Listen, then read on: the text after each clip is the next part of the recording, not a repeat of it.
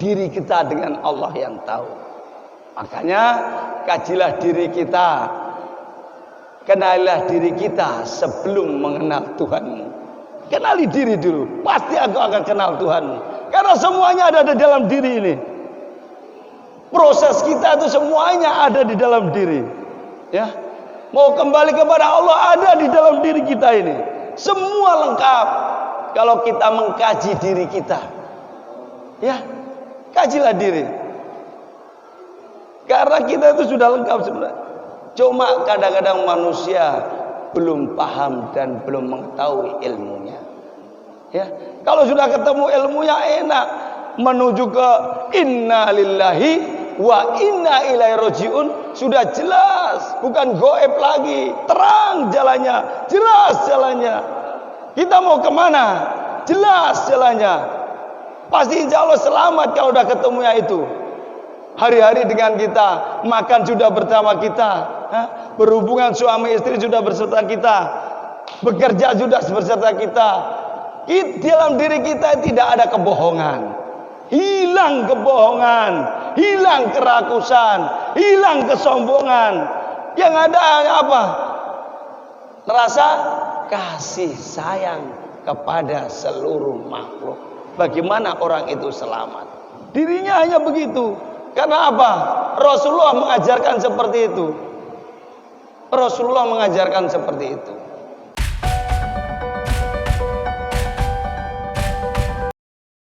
Bismillahirrahmanirrahim. Katakan kepada junjungan kita Nabi besar Muhammad SAW, keluarganya, sahabatnya, dan insya Allah syafaatnya sampai kepada kita yaumil akhir nanti. Yang terhormat Bapak Ustadz Heri Purnomo, Wakil Ketua DMI Kabupaten Jayapura, terima kasih telah berkenan untuk hadir bersama-sama kami di Majelis Taklim Darul Mukminin dan Majelis Taklim Sahadat. Yang terhormat Bapak Ketua MUI Kabupaten Jayapura, Bapak anggota DPR, pimpinan DPR Kabupaten Jayapura yang saya hormati. Assalamualaikum warahmatullahi wabarakatuh.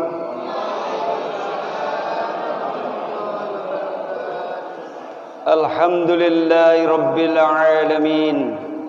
Wassalatu wassalamu ala ashrafil anbiya'i wal mursalin Sayyidina wa maulana Muhammadin wa ala alihi wa ashabi ajma'in.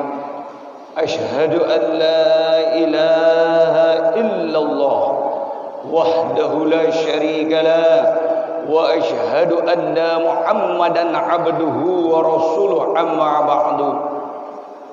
Assalamu alayka ya Rasulullah, assalamu alayka ya Nabiullah, assalamu alayka ya Habibullah.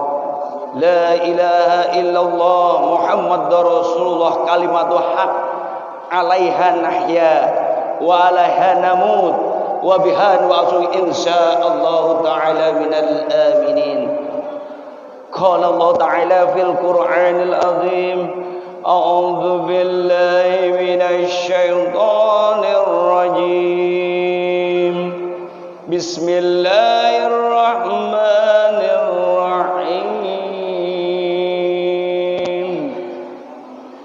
Ya ayyuhalladzina amanu qu anfusakum wa ahlikum nara.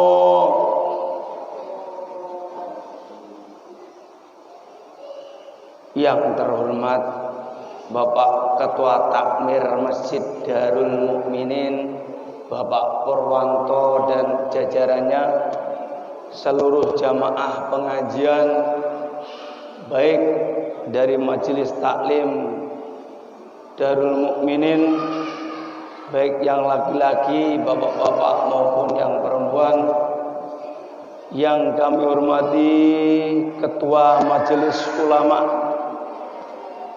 Kabupaten Jayapura, yang kami hormati Bapak Pimpinan Dewan Perwakilan Rakyat Kabupaten Jayapura, sesepuh, bini sepuh daripada Masjid Darul Mukminin yang berbahagia, kami tak sebut satu persatu, yang tinggi pangkat dan gelarnya kami tidak bisa menyebutkan, yang namanya pendek pun kami tidak sebutkan, namun semoga Allah memberkahi kita semua. Karena tujuan hidup itu hanya satu, mencari keridhaan Allah. Sudah.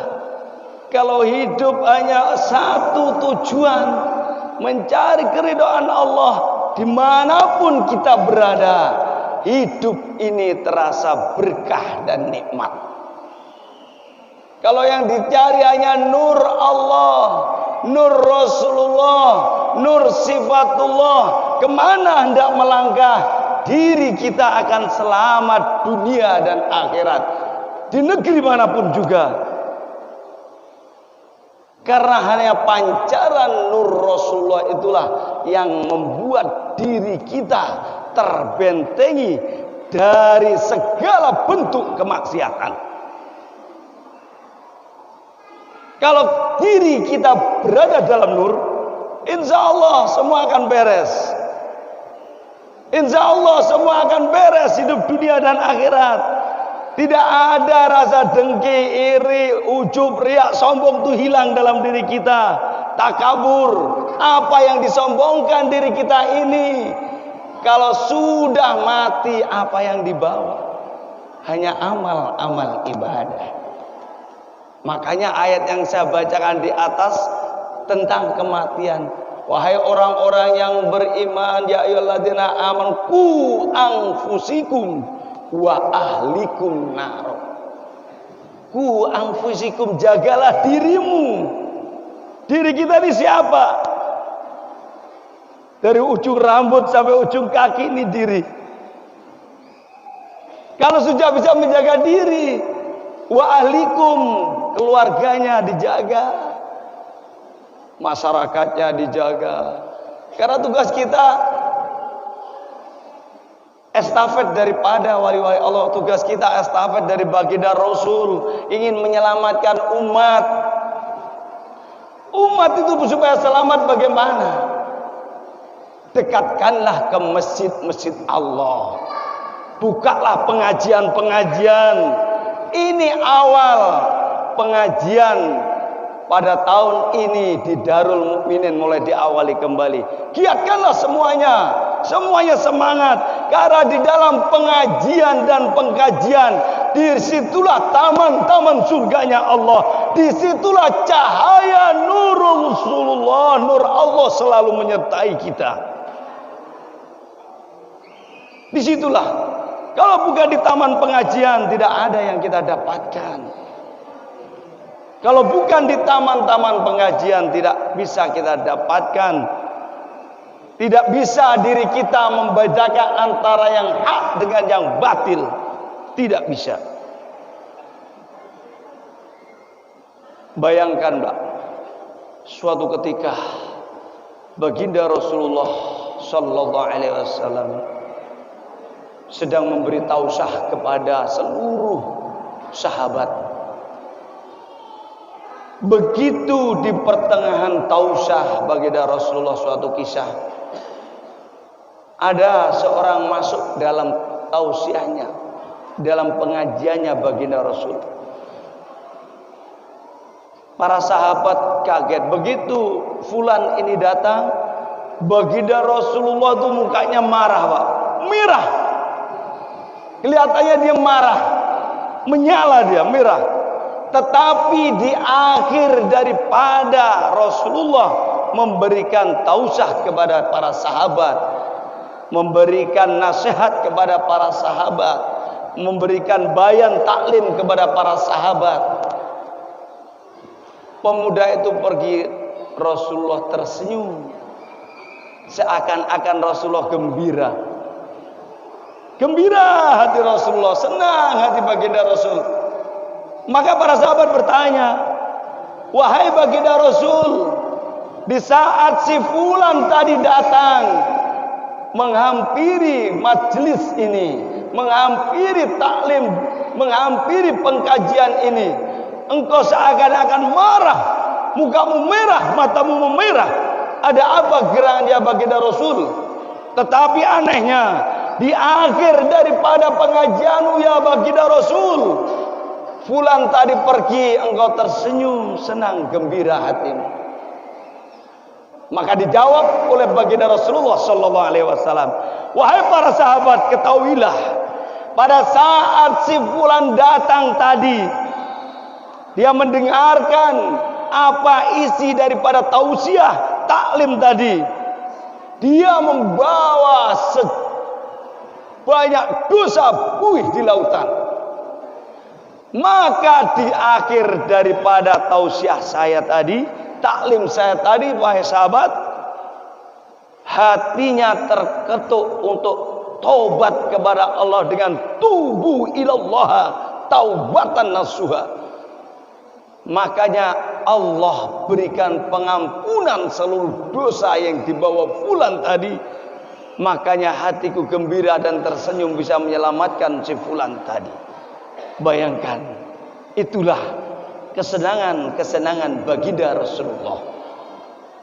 Jikalau dia menyelamatkan umatnya, bahkan sampai meninggal dunia pun, yang dipikir bukan keluarganya, bukan sanak saudaranya makan apa, bukan nanti kau makan apa, tetapi yang dipikirkan baginda Rasulullah bagaimana umatnya ini selamat. Di tengah daripada sakaratul maut Rasulullah, napas masih di tenggorokan, dia mengatakan ummati, ummati, ummati an-nisa, jaga sholat.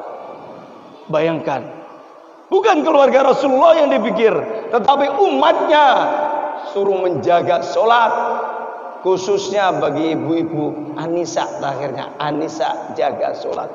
Sebenarnya semua umatnya, tetapi di akhirnya An-Nisa. Ada apa dengan An-Nisa? Nah, ini perlu dikaji, ya Bu. Bu, ada apa pertanyaan Rasulullah mengatakan ummati, ummati An-Nisa, jaga sholat? Ada apa Bu? Kira-kira ada apa Bu? Saya suka ibu-ibu bertanya.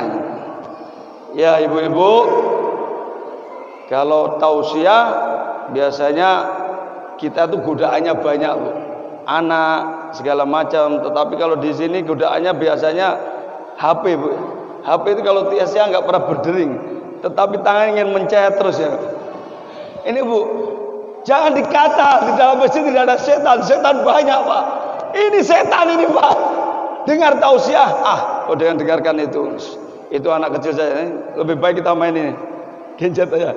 Ini setan juga ini Bu. Ya, tapi semoga katanya itu kalau HP itu biasanya kalau ibu-ibu untuk nulis. Tadi ceramahnya apa ditulis nih, mencet-mencet. Kalau nulis nggak apa-apa Bu. Tapi kalau main HP, waduh, sangat-sangat merugi diri kita ya. Ada apa Rasulullah mengatakan An-Nisa, An-Nisa tadi ummati, ummati, ummati An-Nisa, jaga sholat. Karena yang paling berat menjaga sholat adalah wanita. Karena dia ada saat-saatnya tanggal merah hijau. Kalau bapak-bapak kan tidak ada. Kalau bapak-bapak ada yang tanggal merah Pak. Kalau nggak bapak tanggal merah berarti pertanyaan. Kalau bapak-bapak hijau semua. Kalau ibu-ibu kan ada tanggal merah. Inilah kenapa Rasulullah mengatakan An-Nisa, jaga sholat. Karena di dalam wanita itu luar biasa perjuangannya. Lihat, kalau dia tanggal merah sudah bersihnya jam 12 malam, apalagi air dingin, apalagi di Puncak Jaya dingin Bu, mau mandi berat sekali. Bayangkan Bu, berat, air dipegang kayak salju. Kalau iman ada di hati, air itu bukan salju lagi, tetapi air itu menjadi segar. Karena air itu datangnya dari nur Rasulullah. Ya, iya Bu. Pegang aja niat mandi. Mandi dengan nur Rasulullah, hangat air itu. Tidak ada yang dingin. Ya. Sejuk sekali. Ya Bu, jaga Bu. Ibu-ibu jangan nunggu pagi Bu. Nanti isya-nya masih ada, tunggu pagi, berarti ibu-ibu punya utang sholat isya. Apalagi kalau sudah ini Bu puasa, sebentar lagi kan puasa ini Pak. Nah ingatkan ibu-ibu, kurang 1 menit batal, tamunya datang. Saya cukupkan, saya lunaskan saja. Kan kurang 1 menit. Nah ini lagi. Kurang 1 menit tamunya datang Bu. Harus batal, tidak boleh dilanjut. Itulah melatih kejujuran dalam diri seseorang tersebut.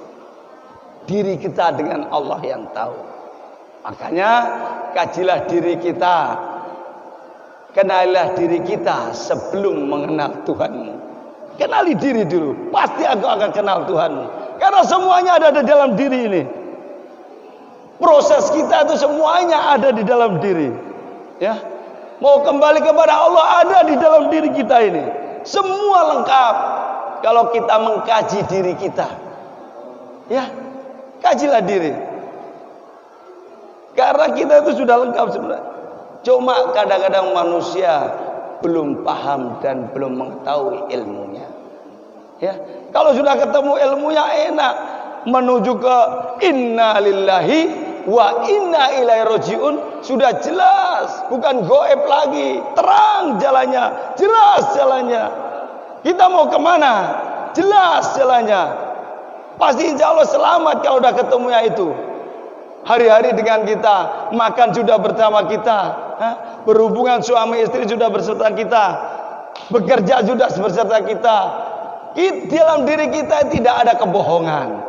Hilang kebohongan, hilang kerakusan, hilang kesombongan. Yang ada apa? Rasa kasih sayang kepada seluruh makhluk. Bagaimana orang itu selamat?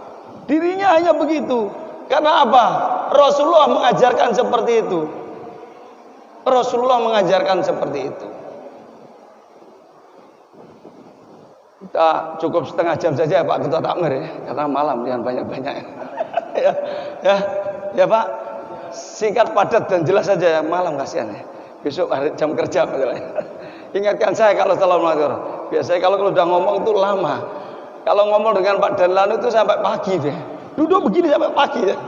Itu asiknya cerita, asiknya. Semakin diisi, semakin haus. Kalau kausar, tenaga kausar kita semakin haus, semakin ingin tahu dan ingin tahu. Bahkan ingin tahu. Kalau sudah tahu proses itu hidupnya nyaman, Pak, enak.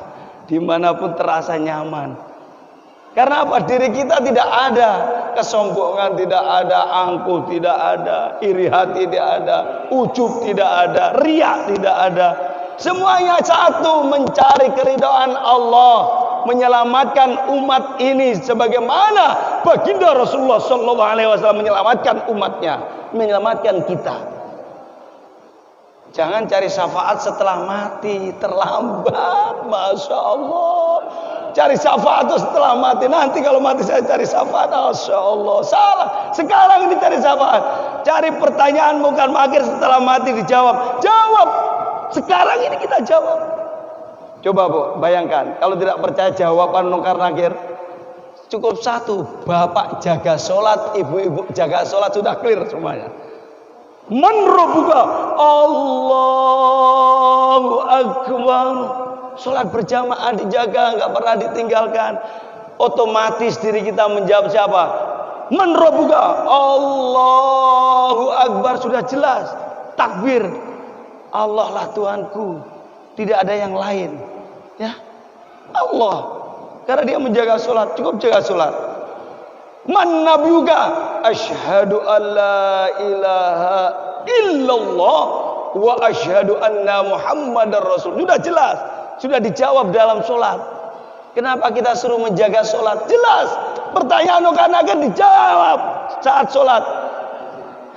saat sholat ini, bukan setelah mati. Saat sholat kita jawab. Man nabiyuka sudah terjawab. Asyhadu an la ilaha illallah wa asyhadu anna Muhammadar Rasulullah.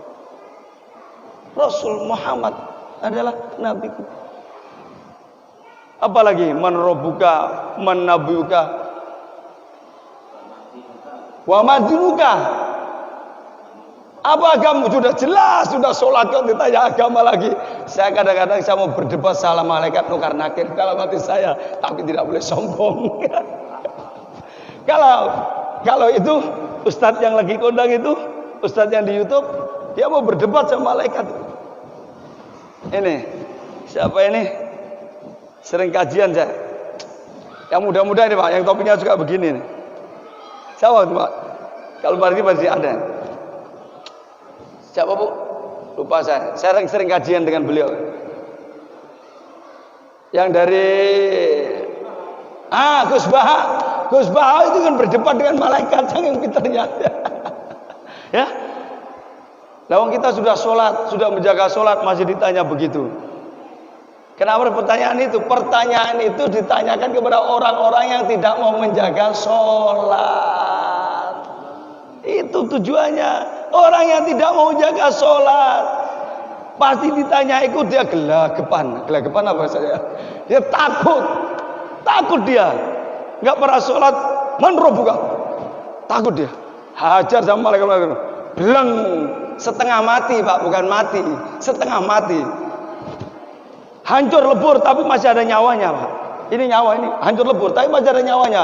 Dia kejet, hidupkan kembali. Makanya dikatakan dalam kubur itu ada dua. Seperti orang yang tidur, seperti pengantin baru, sama seperti orang yang sangat capek karena dikerjain oleh malaikat di alam kubur. Sengsara, menderita, menunggu alam penantian.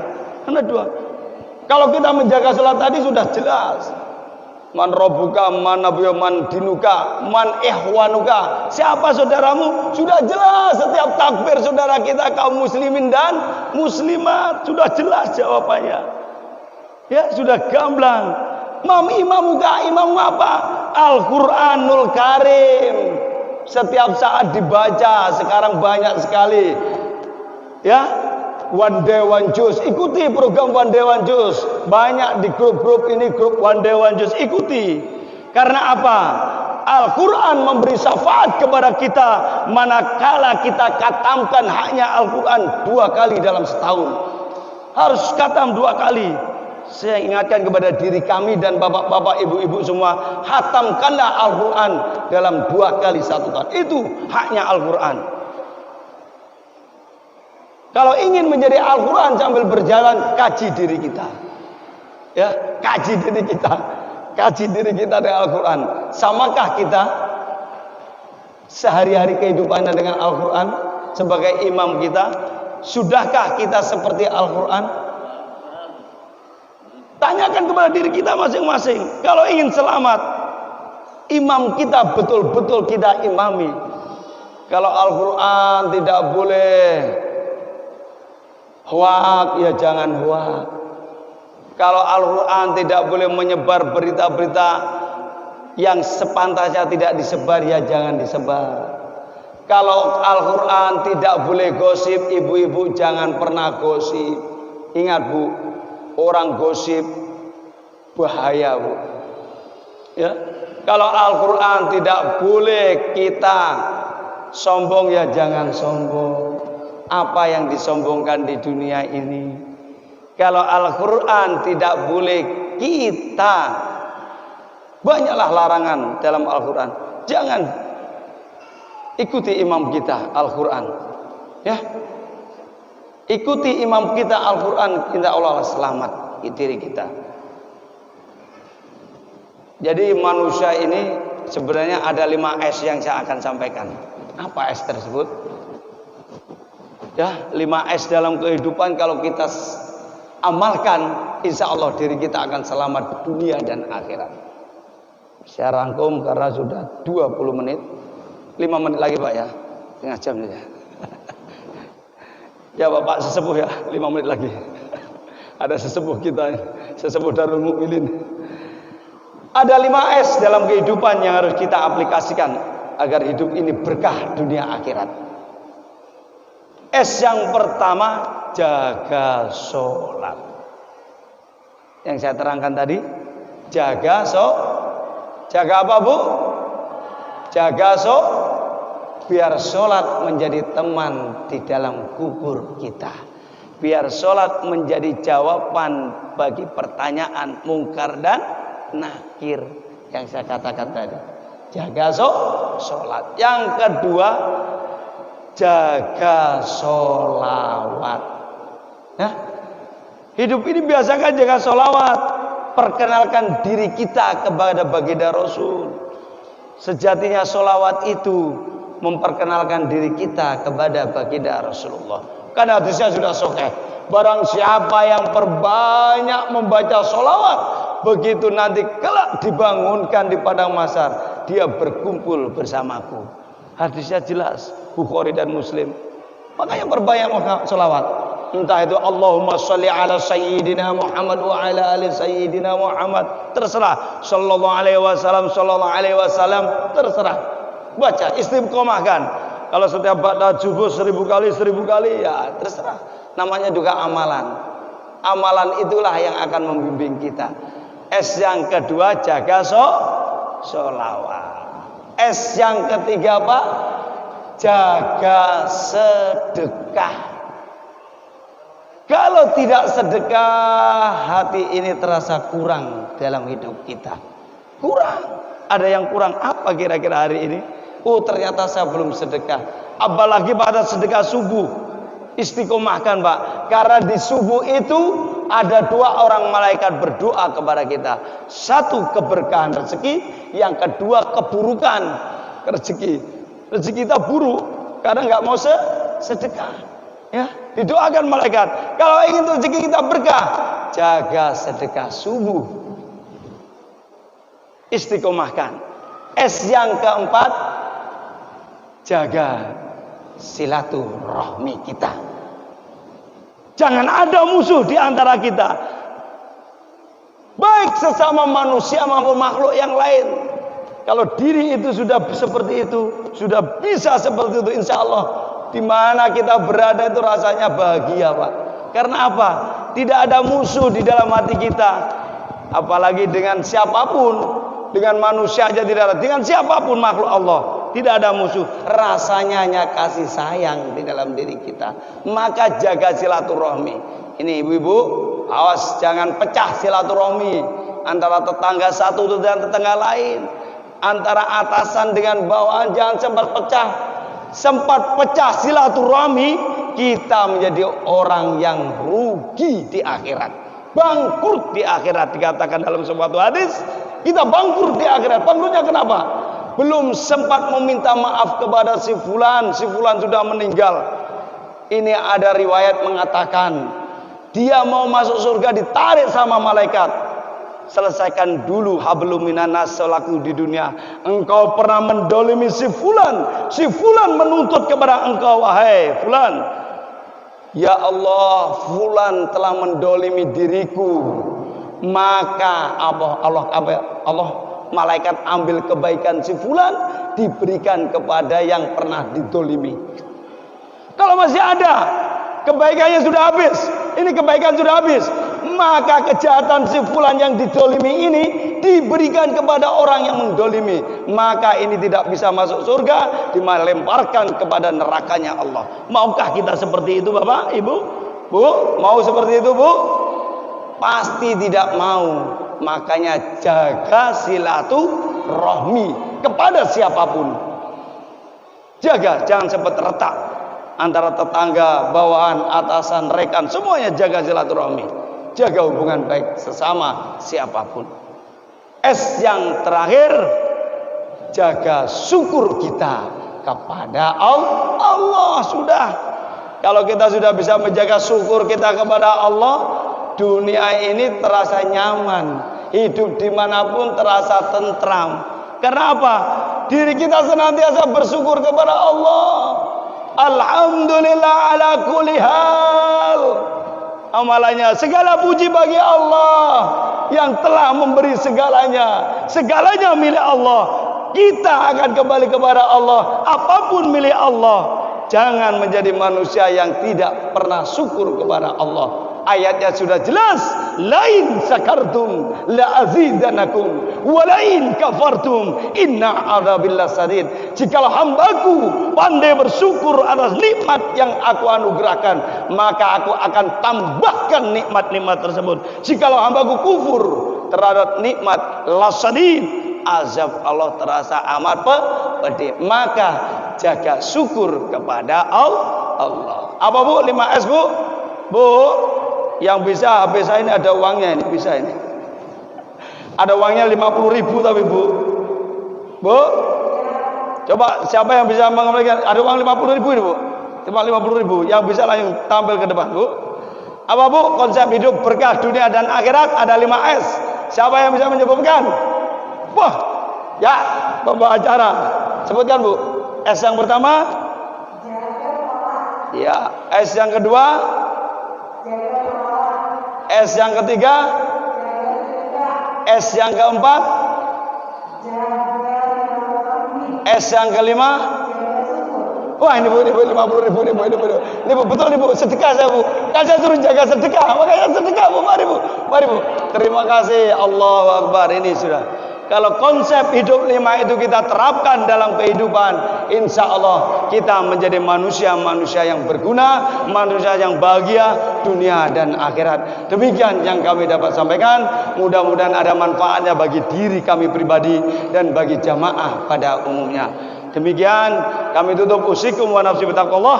Billahi taufiq wal hidayah. Wassalamualaikum warahmatullahi wabarakatuh.